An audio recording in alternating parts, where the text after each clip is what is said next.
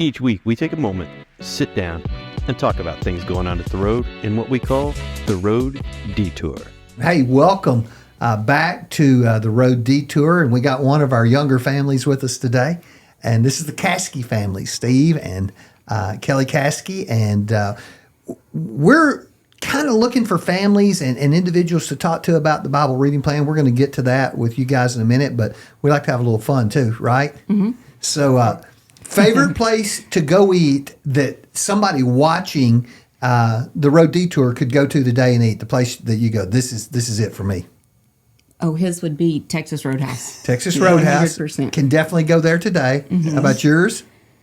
Volcano Sushi, probably. Volcano Sushi. Mm-hmm. Well, I'm going to have to pass on the sushi. But that's good. Always okay. Mexican. So you guys came up in what generation?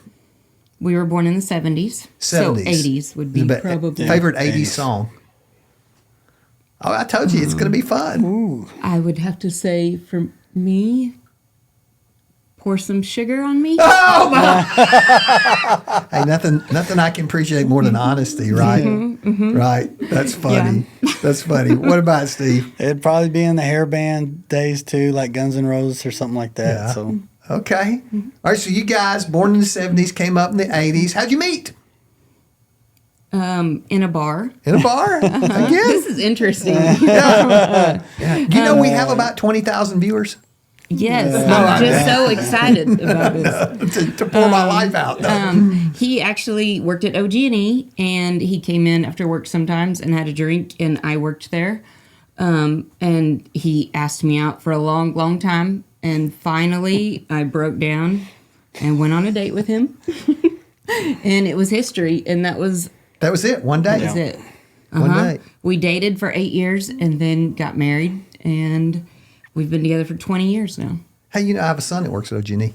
Mm-hmm. Brady, he works in safety out there. What do you do? Lineman. Lineman? Yeah. Mm-hmm. Y'all might cross paths at some point. But, yeah, OG&E's a big place. Big place. So you guys get married. Mm-hmm. Dated 8 years, and at what point in your relationship did you guys begin kind of pursuing Jesus? When was this life change? Well, for me, I've always been off and on. I've been wishy-washy. I do real good, and then I fall back, do real good, and then really I think when I really gave my life to Jesus is when I had my son. I wanted to be better for him. Wanted to, So there are critical moments in everybody's life, right? Marriage is sometimes a critical moment. Birth is definitely a critical moment. A death is a critical moment. A major illness. You can call them crises of faith if you want to. It's where, why am I here? What am I doing with my life? And birth is definitely a good one. Very good one. Mm-hmm. How about it? Well, I was raised in a church. I was 7 when I was saved and baptized in a Baptist church. But then definitely throughout, when I was in my mid-20s, probably kind of lost sight of that faith. Mm-hmm. And then once Steve and I got married, we built a house in Choctaw, and we had Jax. And I'll never forget, he said, Jax was 2, and he said, we need to find a church home because we need to raise our son in church. And I said, well, just a mile down the road, there's a church on every corner, I think. And so we drove down there, and I said I was raised in a Baptist church. And so we came one Sunday, and we liked it. Okay. So I'm going to have to dig a little deeper on this because I think this is what happens with a lot of people here. Between the time, because you're talking about this church, right? Mm-hmm. Yes. Between the time you showed up here and the last time you were in church, how long would you say it was? Serious in church, I was probably 16, 17. Give me a timeline. Is that 10 years? Was that? That was probably 95-ish. So 20 years ago. Well, 20 years from. Between them? Yeah. I'd say 10, 15 years ago. Okay, so here is what we see. Often the story that you're telling, and this is one reason we like to do this, is replicated over and over and over again, and that is, there was a period of time in my life when I walked away from church for whatever reason. You can name it. There are 100 reasons to walk away. A lot of them are valid. But when I got ready to come back,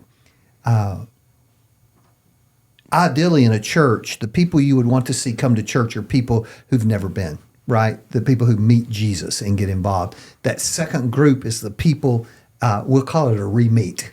I came back home, or whatever word you want to put on it. But that's probably one of the largest groups of people that we see come through our doors is people who said, man, I've been away from a long time, and this is really different than I thought it would be. I came in and I felt like I had found a place where I belonged. Story replicated over and over again. So you guys, we're talking what year that you landed here? 2015. 2015. So y'all coming up on your 9-year mark for being here. So you guys are involved here at the church. You're involved in our children's ministry and work in that children's ministry. The thing that I wanted to really talk to you about, because we're encouraging our people in this, is the Bible reading plan. We've been doing it 2 years. Did you guys get in from the beginning? Yes, pretty much. Okay. For the most part. Okay. I was a little after. Okay. She kind of, we would talk at home, and then it kind of encouraged me to go ahead and pick up on it. So have y'all been doing it for, say, a year? Pretty solid? Yes. Okay. Tell me, and I realize this is out of left field, no rehearsed, but the biggest life change, the biggest difference you think reading together as a family in God's Word most days, if not every day, what's the big difference that's made for you? I feel like for me, it's brought our family closer because we even now, through the Bible reading plan, include my son, and we get him to read and we go over it. And like Luke right now, I mean, we make him read as well. And I feel a connection like a triangle we're sitting on. The closer we get to God, we come together. That's fabulous. Great picture of how that works. And my wife did this a couple of weeks ago with me. We have more what I would call casual conversation about Scripture than ever in our life, because it's, hey, what'd you write about today? Or this is what I'm dealing with, or however it folds out. And that spreads through your whole family when the whole family's doing it. That's good. Yeah. Kelly, what would you say? Gosh, I think it's the different takes on. I read my Bible in the morning. I get up early before anybody in the house does, and I read it. And then, I did the Foundations book last year because the teachers got the Foundations book.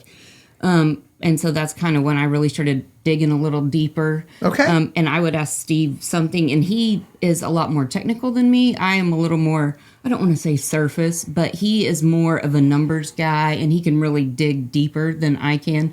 But he would give me a different take on different things that I wouldn't necessarily get out of it. Like different people see different things.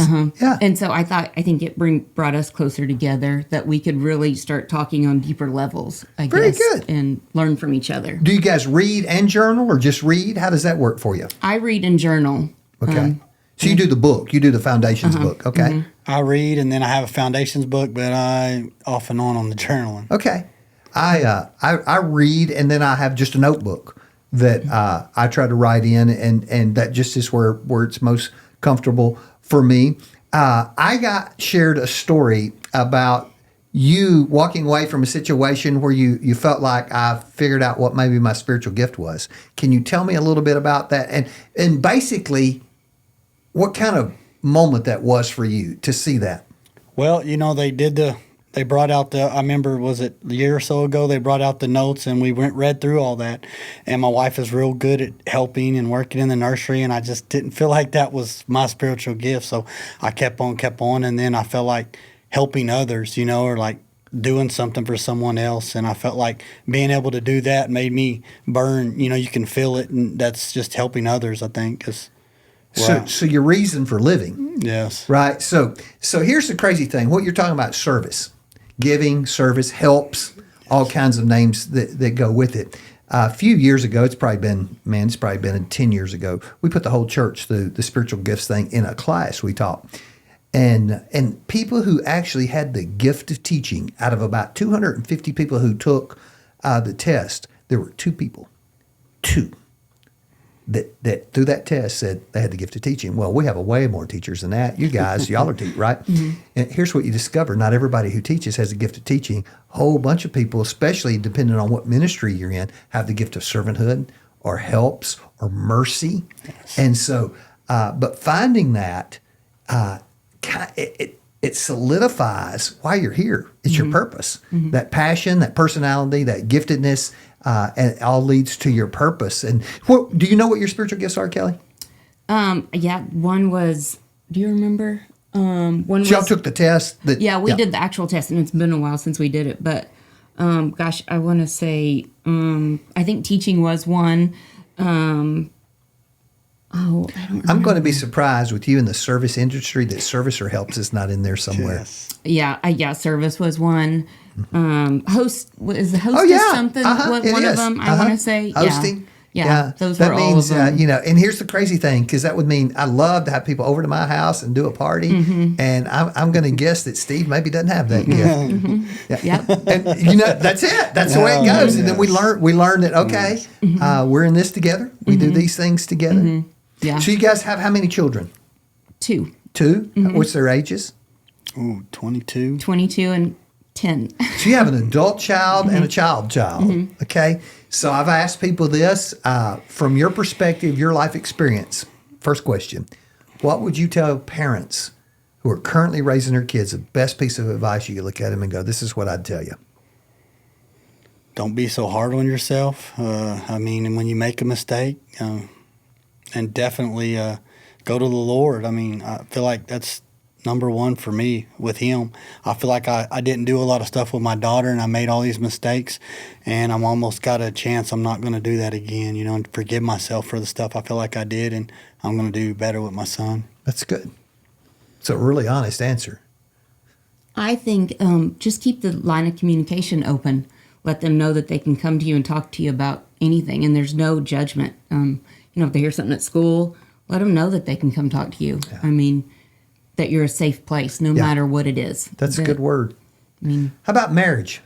Biggest piece of advice, best piece of advice you could give couples who are wanting to do marriage and it's hard for everybody. What would you say? Patience. Compromise. What did we get the giggle for? What was the Well, I think something that we do struggle with is communication. We just have two different ways of communicating or maybe misunderstanding each other. And we know that. We know that we struggle with that. How many years of marriage you guys got? 10. Yes. 10? Mm-hmm. Yeah. 11, really. We know where we struggle. Yeah. We do. Mm-hmm. Yeah. How do you handle it? We're really going off the cuff right now. So how do you fix it? For me, and it's something even written back on your sermon here, is realize and mature that it's not all about me. Mm-hmm. And it's hard because my first selfishness, and I got to be more and look more and see what her feelings are and understanding. And it's hard to do. You got to remember that one thing that you fell in love with them. Just keep that in your head. That's good. Not really the one thing. There's a million things, but. So we're going to change gears again because I'm enjoying this. What would you say, you guys, what's your age right now? 45. 45? 46. 46. What's the biggest struggle in your 45, 46 years of marriage or of life that you faced? Losing my sister. Okay. Mm-hmm. She died 3 years ago. Okay. All right. Yeah, that would be big. Mm-hmm. Role that your faith played in getting through that? I'd never lost my faith. That is something that a lot of people have asked me. I didn't lose my faith, but it was definitely questioning, why did this happen? But I could always lean into the Bible for some comfort.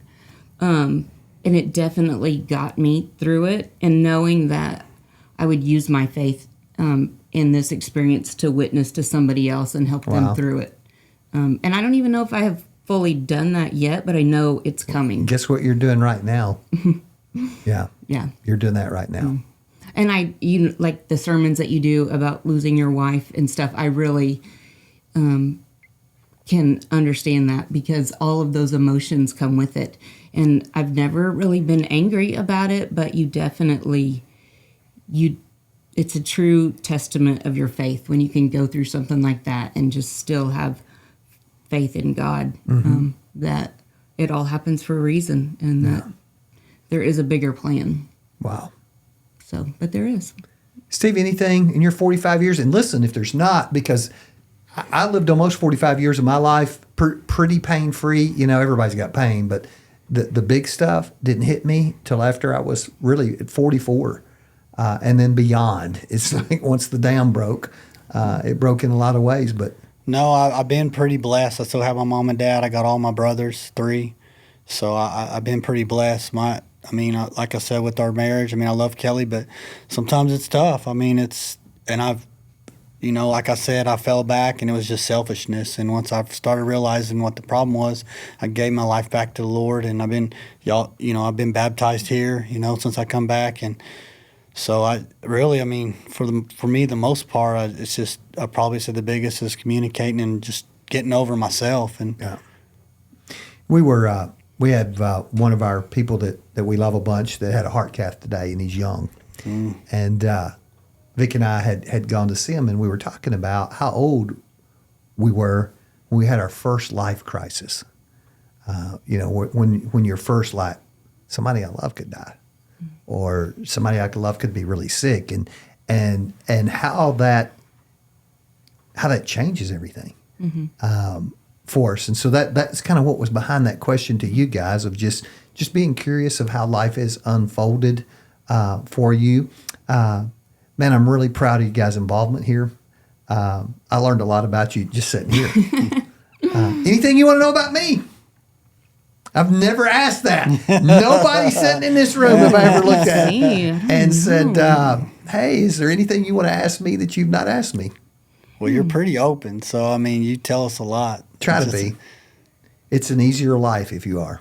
It really is. You always talk about, like, the days when you used to coach baseball. Oh, man. Oh, man. And so we're in competitive baseball right now in the thick of it. Whew. Yeah, there are people who remember me coaching. And I often think about that. Like, it would have been fun to watch you on a baseball Probably field. not. Yeah. Probably not. I will never forget, there's a sweet lady, and, the Choctaw-Nakoma Park rivalry was pretty big when my kids were little, and so we had basketball for Choctaw. My kids were playing for Choctaw and Nakoma Park, and these good people were on the Nakoma Park team. And we played them, and I was coaching, and this lady came up to me afterwards, and she just said, "You're a lot different coach than I thought you'd be." And I was like, yeah, I know. It wasn't necessarily that. You're a lot calmer than I thought. That wasn't what she was saying.